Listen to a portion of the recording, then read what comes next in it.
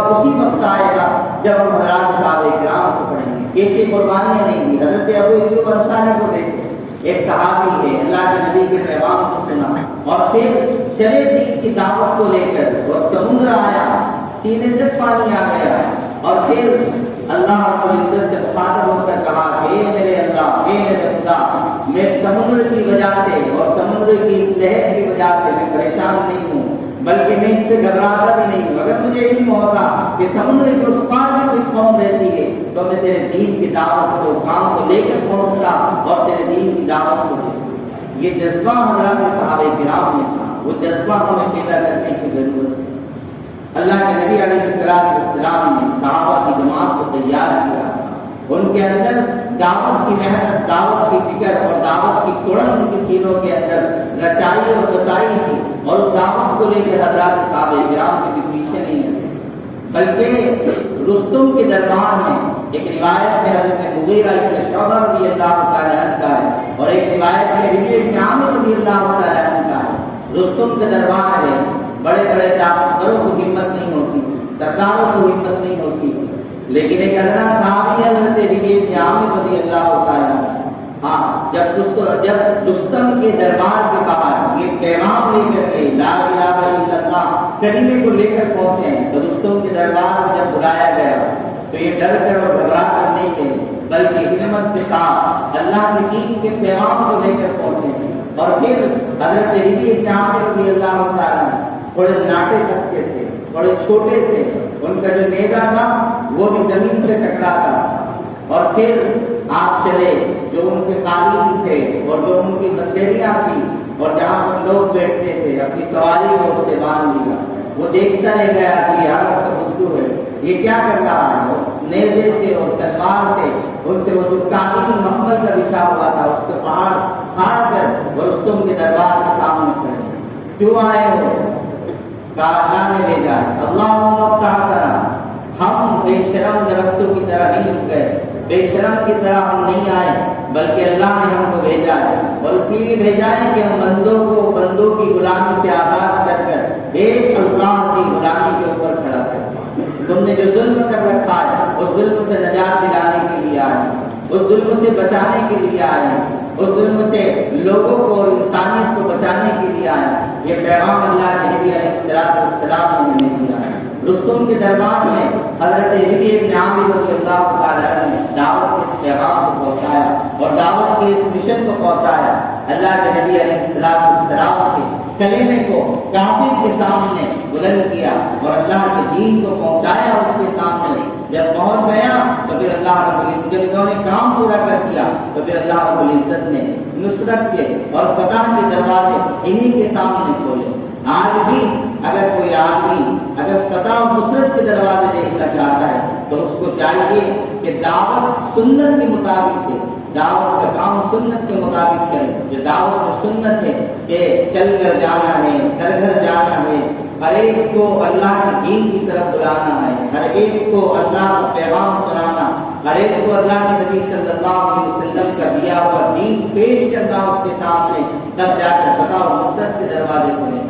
حضرات صحابہ کرام کی یہ قربانیاں ہمیں اس بات کا سبب دیتی ہے کہ ہم قربانیاں دینے والے بنیں, ہم حضرات صحابہ کرام کی طرح زندگی کے گزارنے والے بنیں. میرا کام تعیش کے نفس و میرے کا زندگی گزارنا نہیں ہے, بلکہ مکہ کے عظیم سردار حضرت نبی پاک صلی اللہ علیہ وسلم کو دیکھیں, جن کو صادق اور امین کے لقب سے پکارا جاتا تھا, جن کو صادق اور امین کہا جاتا تھا.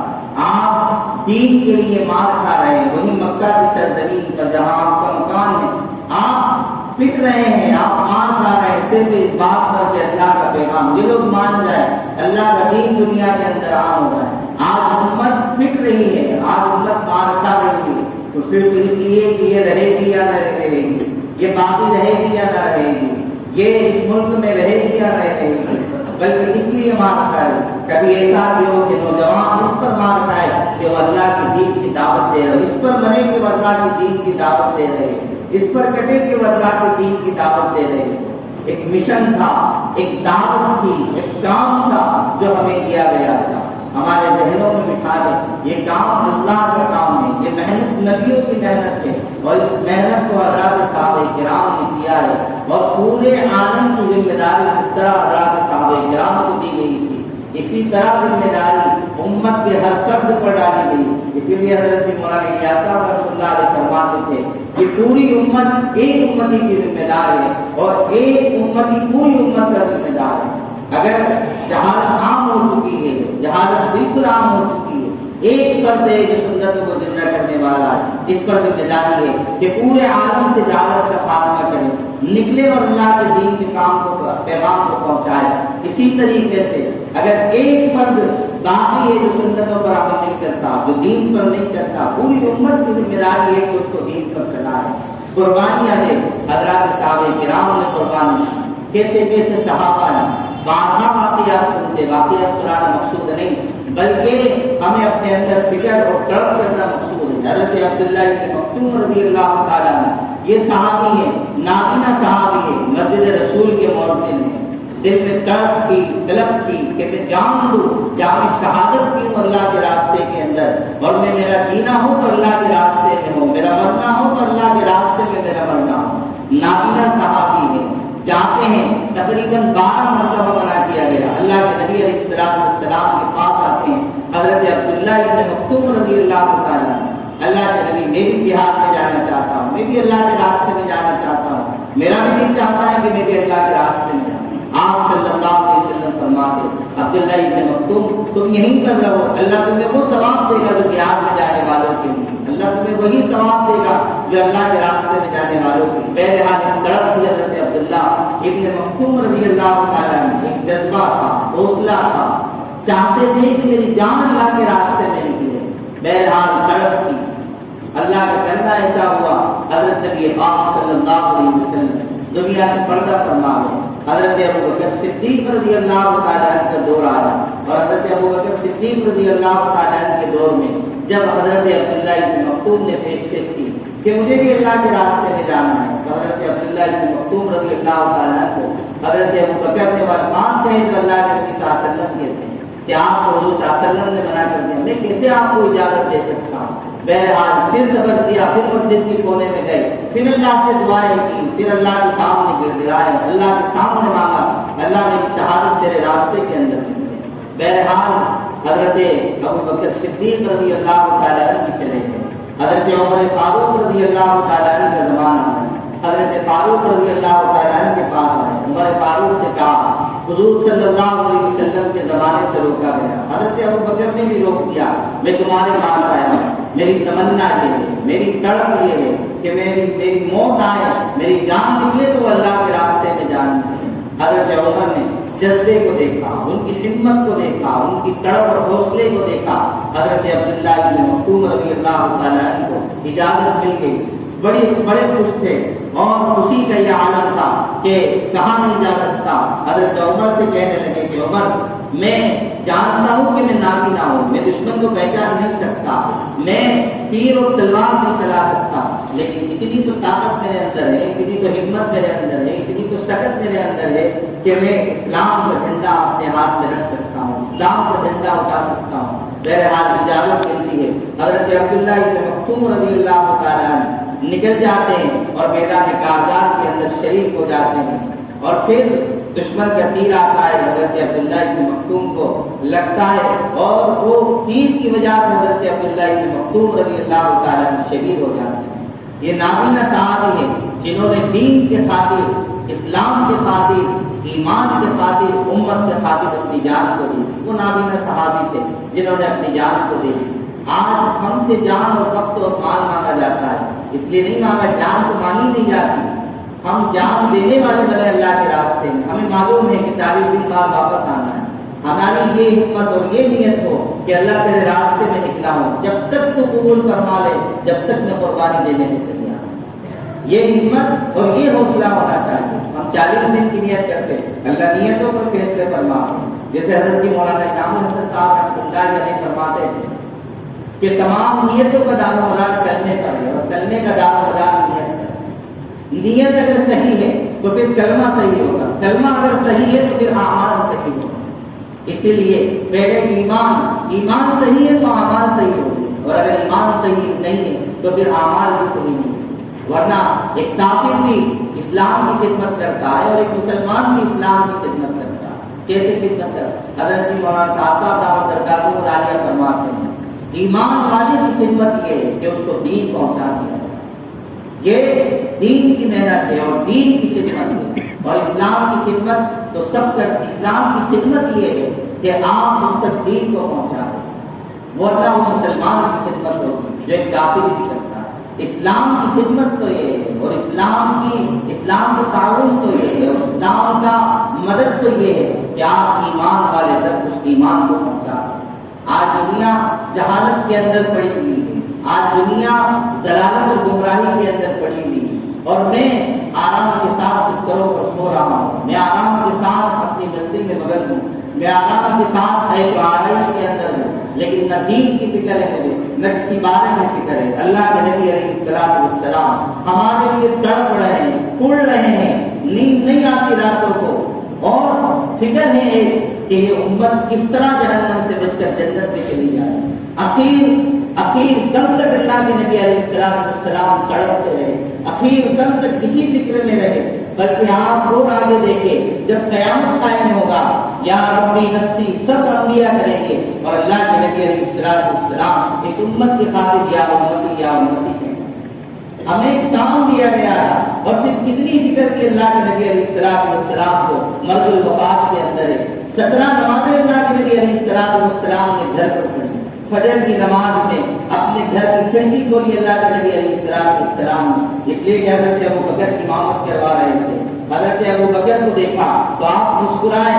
محدثین نے وجہ لکھی، محدثین نے بڑی پیاری وجہ لکھی، تمام محدثین نے وجہ لکھی کہ اس کام کو حضرت ابو بکر اللہ کے نبی علیہ السلام کا مسکرانا اس لیے تھا کہ اللہ کے نبی علیہ السلام اب تھوڑے دن اور باقی رہیں گے.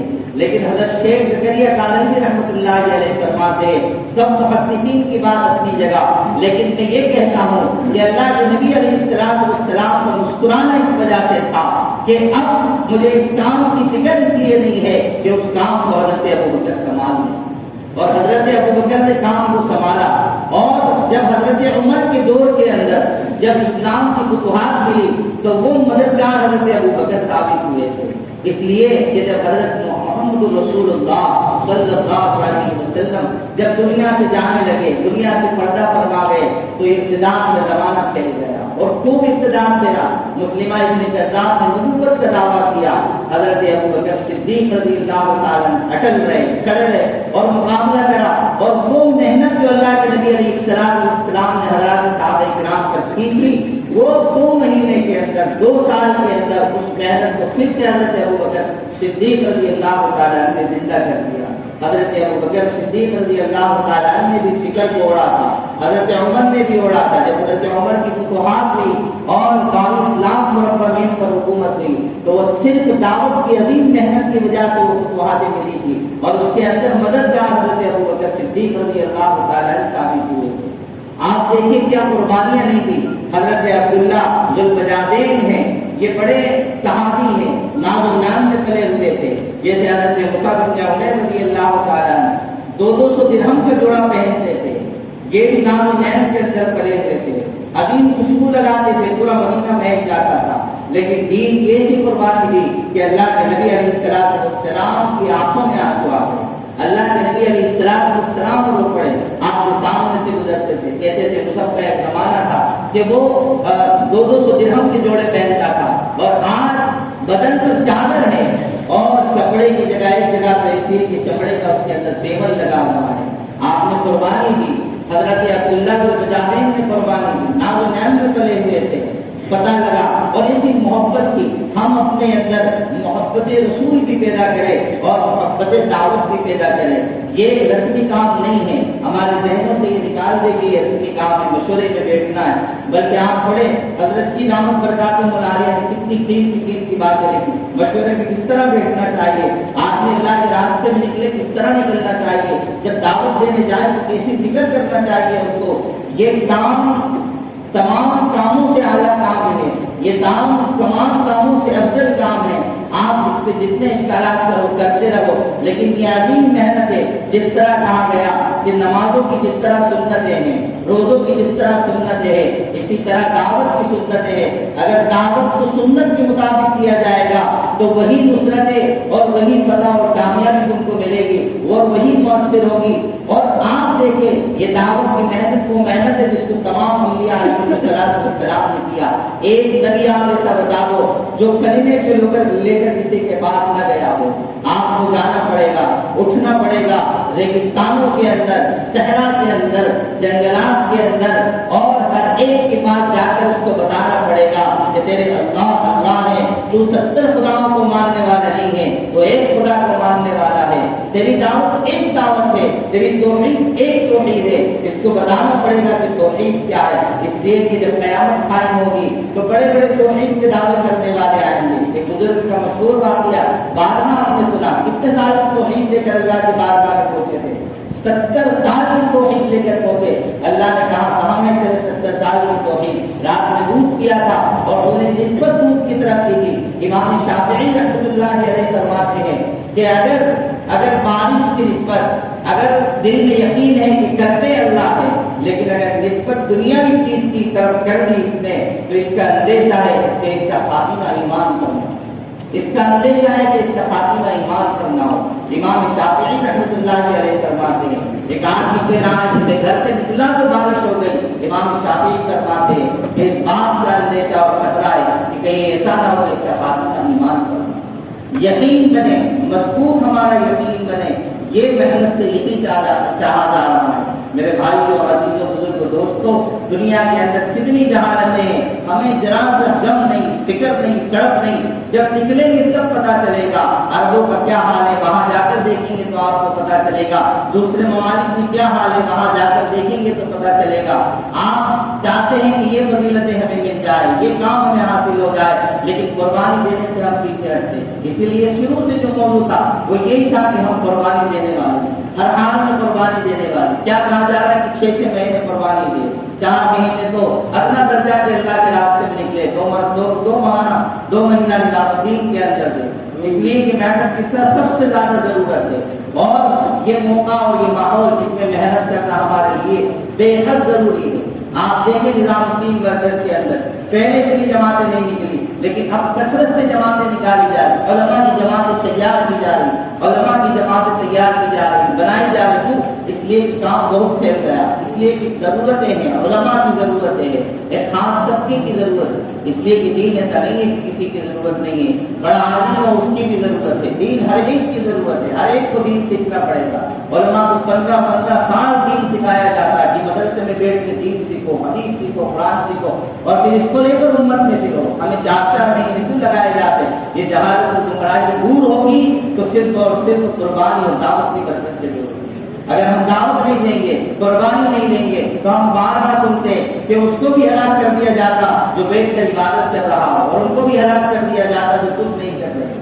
ہمیں نکلنا پڑے گا، دین کی دعوت دینا پڑے گی، ہر گھر جا کر یہ بتانا پڑے گا کہ تو اللہ کا امتی، اللہ کا بندہ ہے، حضرت محمد رسول اللہ صلی اللہ علیہ وسلم کا امتی ہے، تیرے اوپر یہ ذمہ داری ہے، تجھ کو یہ ذمہ داری ادا کرنا پڑے گی۔ اس لیے کہ کوئی صحابی ایسے نہیں تھے کہ جنہوں نے وہیں پر بیٹھ کے درس دیا۔ آپ کو بتایا کہ آپ تفصیلی رپورٹ دیکھ لیں مکہ المکرمہ کے قبرستانوں کی، مدینہ المنورہ کے قبرستانوں کی، 10,000 سے کم صحابہ آپ کو ملیں گے، باقی 1,13,000 صحابہ، 1,14,000 صحابہ ایک دین کو پھیلانے کے لیے نکلے اور دین کی دعوت کو دی۔ بتایا کوئی افریقہ کے جنگلوں میں اپنی قبر بنا رہا، کوئی یہاں قبر بنا رہا، کوئی کسی ملک کے اندر قبر بنا رہا۔ آپ اپنے آپ سے اٹھیں اور نکلے، جب نکلیں گے تب جا کر یہ جہالت اور گمراہی دور ہوگی۔